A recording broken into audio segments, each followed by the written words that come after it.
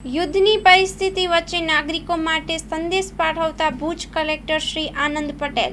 Report by Karan Vaghela, Bhuj. કોઈપણ વિપરીત પરિસ્થિતિમાં આપણે તમામ કચ્છના નાગરિકો હંમેશા મક્કમતાથી કાર્યરત થતા હોઈએ છીએ. આપણે હાલની પરિસ્થિતિથી તમામ અવગત છીએ. કોઈપણ નાગરિકે આ પરિસ્થિતિમાં ગભરાવાની જરૂરિયાત નથી, પરંતુ આપણે સૌએ સતર્કતા દાખવવાની ચોક્કસપણે જરૂરિયાત છે. આ પ્રકારની પરિસ્થિતિઓમાં એક નાગરિક તરીકે પણ આપણે નાગરિક ધર્મ બજાવવા માટે સુસજ્જ બનીએ એ અપેક્ષિત છે. કોઈપણ પ્રકારની અફવા ઉપર આપણે ધ્યાન ના આપીએ. કોઈપણ પ્રકારના એવા વિવાદિત પોસ્ટ હોય, અસંગત બાબતો હોય, એને સોશિયલ મીડિયાના કોઈપણ પ્લેટફોર્મના માધ્યમથી આપણે એને ન ફેલાવીએ. હાલમાં આપણને ખ્યાલ છે, ડ્રોન ઉડાડવું, ફટાકડા ફોડવા, આ પ્રકારની જે પ્રવૃત્તિઓ છે કે જે લોકોમાં ભય ઉપસ્થિત કરી શકે છે, એવી કોઈપણ આપણે બાબતોથી દૂર રહીએ એ પણ અપેક્ષિત છે.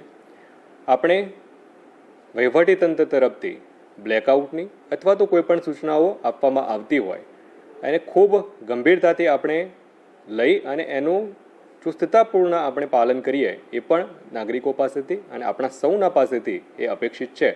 ત્યારે આપણે સૌ એનું પાલન કરવા કટિબદ્ધ બનીએ. ખાસ કરી કચ્છના જે આપણા નાગરિકો છે એ નાગરિકોને મારી એ પણ અપીલ છે, આપણે હાલના સંજોગોમાં બિનજરૂરી રીતે આપણી અવરજવર ક્યાંય પણ હોય એ ટાળીએ.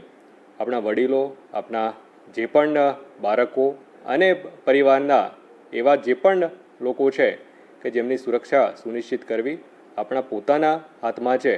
એમની સુરક્ષા અને એમની ચિંતા આપણે સૌ પ્રથમ કરીએ. મારી આપ સૌને વિનમ્ર અપીલ પણ છે, નાગરિક ધર્મ તરીકે આપણે સૌ સ્વૈચ્છિક બ્લેકઆઉટમાં પણ સહયોગ આપી અને જોડાવવું જોઈએ.